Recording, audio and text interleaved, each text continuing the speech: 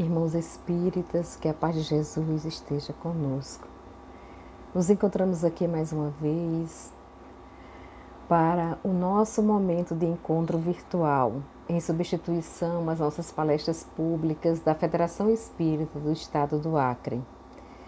Por conta deste momento de isolamento social provocado pela pandemia do Covid-19, como todos já sabem, tomamos a iniciativa de fazer as nossas palestras de casa, lembrando que precisamos fazer a nossa parte, mantendo assim o isolamento sem contribuir para a elevação da curva da pandemia, como forma de ajudar indiretamente no trabalho daqueles que se dedicam nos hospitais, aos que já adquiriram essa enfermidade.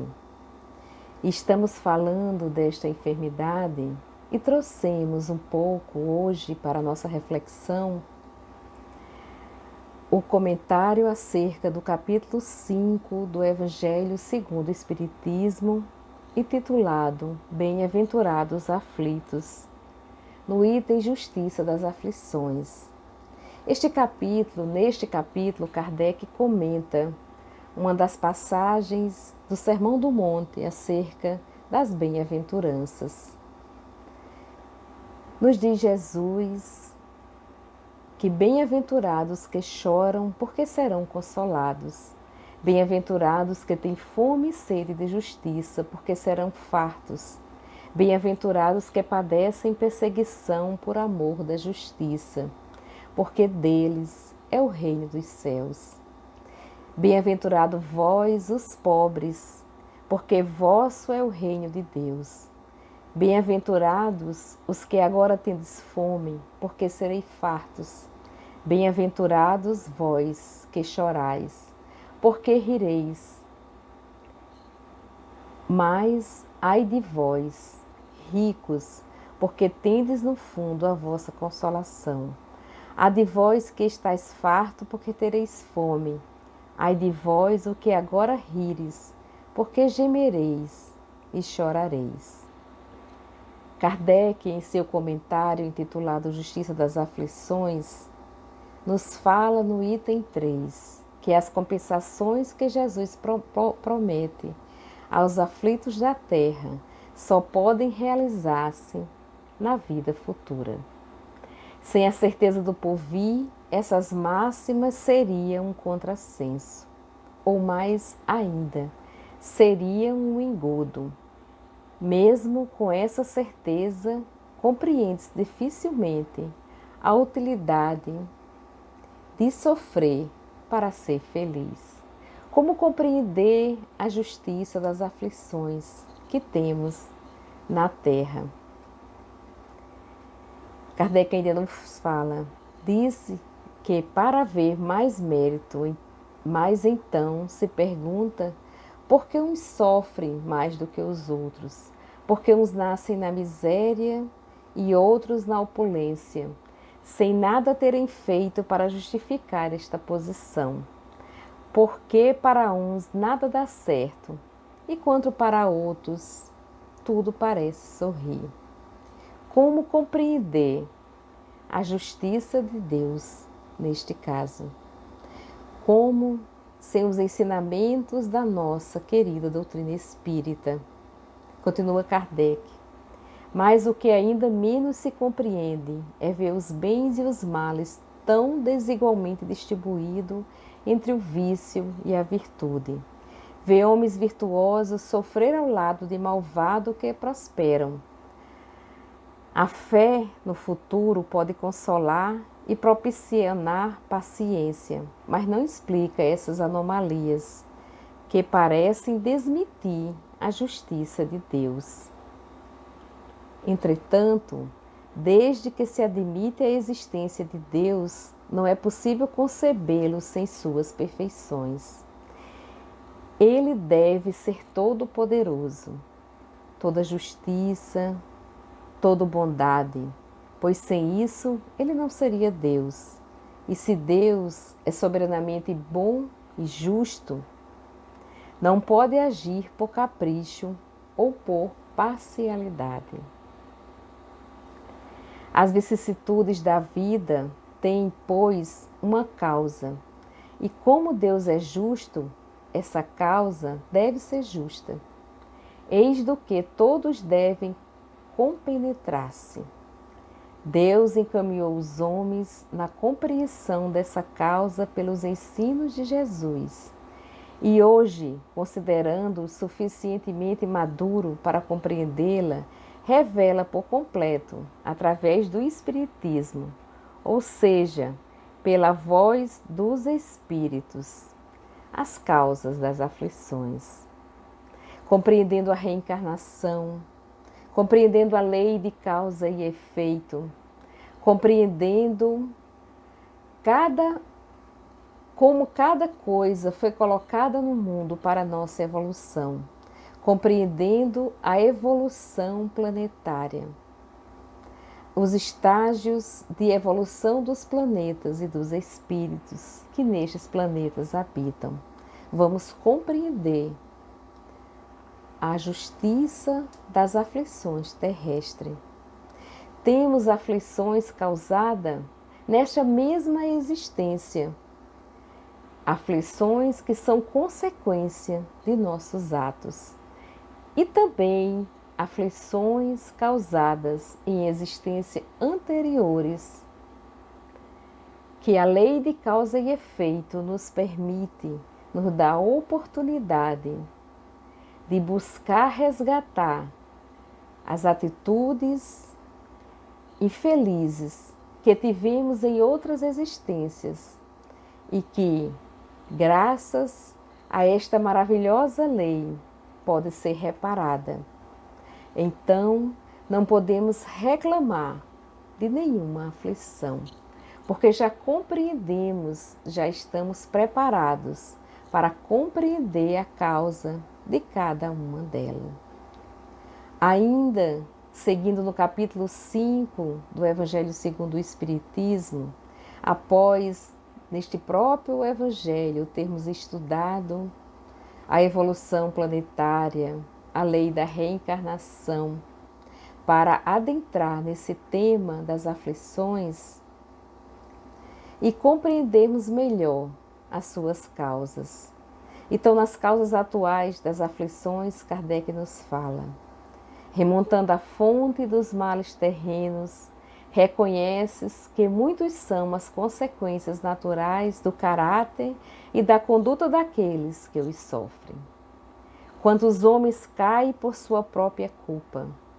Quantos são vítimas de sua imprevidência, de seu orgulho e de sua ambição? Quantas pessoas arruinadas por falta de ordem, de perseverança, por mau comportamento e por terem limitado os seus desejos. Quanto sofremos por aquilo que já fazemos. A colheita é obrigatória e colhemos muito facilmente e muito rapidamente, aqui na terra mesmo, muitas vezes, aquilo que fazemos.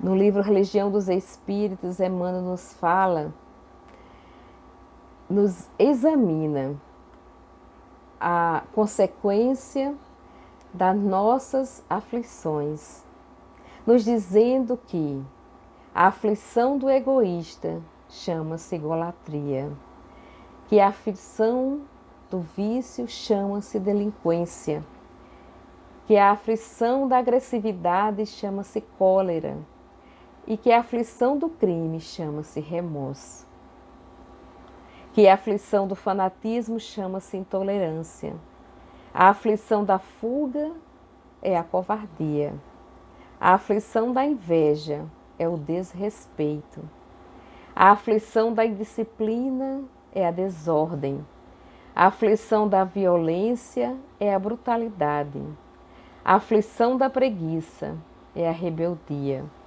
a aflição da vaidade é a loucura, a aflição do relaxamento chama-se evasiva, A aflição da indiferença chama-se desânimo. A aflição da inutilidade chama-se queixa. A aflição da leviandade chama-se insensatez. A aflição do ciúme é o desrespeito. A aflição da impaciência é intemperança. E a aflição da sovinice é a miséria. E que a aflição da injustiça é a crueldade. Então, todas essas dificuldades que muitas vezes colhemos são ocasionadas, em todas as vezes, pelo nosso comportamento, pela nossa dificuldade de colocar em prática aquilo que muitas vezes já estudando, já sabemos e colhemos neste momento exatamente essas aflições. Nos lembrando Emmanuel ainda que mais vale chorar sobre os grilhões da resistência do que sorrir na queda. Que o importante é estarmos na construção do nosso aprimoramento. Que se provocamos grandes sofrimentos e que agora colhemos, que possamos agradecer a Deus esta bendita oportunidade. Sabemos que não é fácil, mas sabemos também que já temos os elementos necessários. Quando nos fala Jesus que venceu o mundo, nos lembrando que teríamos aflições, mas nos dando o consolo a nos dizer que Ele venceu o mundo e que nós precisamos também vencer o mundo no mundo, compreendendo que as aflições são inerentes a este momento de transição que atravessamos. E que se soubermos bem sofrer, bem viver estes momentos com resignação, com sobriedade, com paciência, buscando refúgio na prece, buscando o equilíbrio todos os dias, compreendendo as nossas dificuldades, mas não desistindo de buscar este consolo no Cristo, este consolo no Espiritismo, e iremos atravessar este momento, porque este não é um momento que foi construído no agora, como sabemos.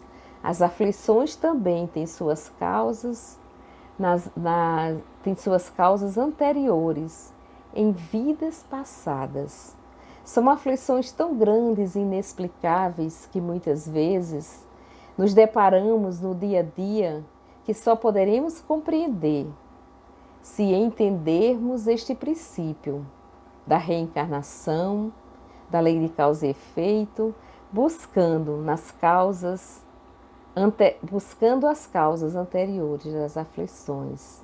Kardec nos fala ainda no capítulo 5 o seguinte: mas se há males nesta vida de que o homem é a própria causa, há também outros que, pelo menos em aparência, são estranhas à sua vontade e parecem golpeá-lo por fatalidade. Assim, por exemplo, é a perda de entes queridos e dos que sustentam, entes queridos que sustentam suas famílias. Assim também são os acidentes que nenhuma previdência pode evitar. São os reversos da fortuna que frustram todas as medidas de prudência, os flagelos naturais e ainda as doenças de nascença, sobretudo aquelas que tiram aos infelizes a possibilidade de ganhar a vida pelo trabalho, as deformidades, a idiotia, a imbecilidade, etc. Como compreender a morte prematura de criaturas que nascem e desencarnam logo em seguida e que passam neste mundo apenas para sofrer. Todos esses sofrimentos têm causa em vidas passadas. E tudo o que se sucede são, na verdade, bênçãos de Deus para o refazimento e para a melhoria do espírito que atravessa este sofrimento. E a nós espírita precisamos compreender esta verdade. Nos lembra Kardec que o espiritismo precisa não apenas ser compreendido, mas ele precisa, sobretudo, ser sentido. E que a dor é o supremo teste da fé. E que ter fé não é só confiar. Ter fé é, acima de tudo, acreditar. Acreditar naquilo que vivemos. Acreditar mesmo nos momentos de aflição. Acreditar, enfim, que nenhum sofrimento dura para sempre. E de que não estamos sozinhos.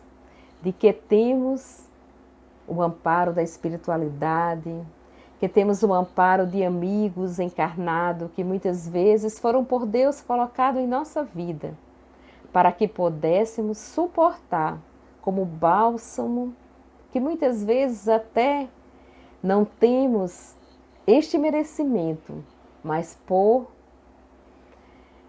vamos dizer assim, supremo cuidado do Mestre Jesus para conosco, nos lembrando que realmente não estamos sozinhos. Quantos anjos encarnados ao nosso redor. Quantos seres que nos ajudam. Uma palavra de conforto. E por que não procurarmos ser também um pouco esteio daqueles que necessitam nestes momentos de dificuldade. Emmanuel nos lembra que o papel do espírita na humanidade é diferenciado.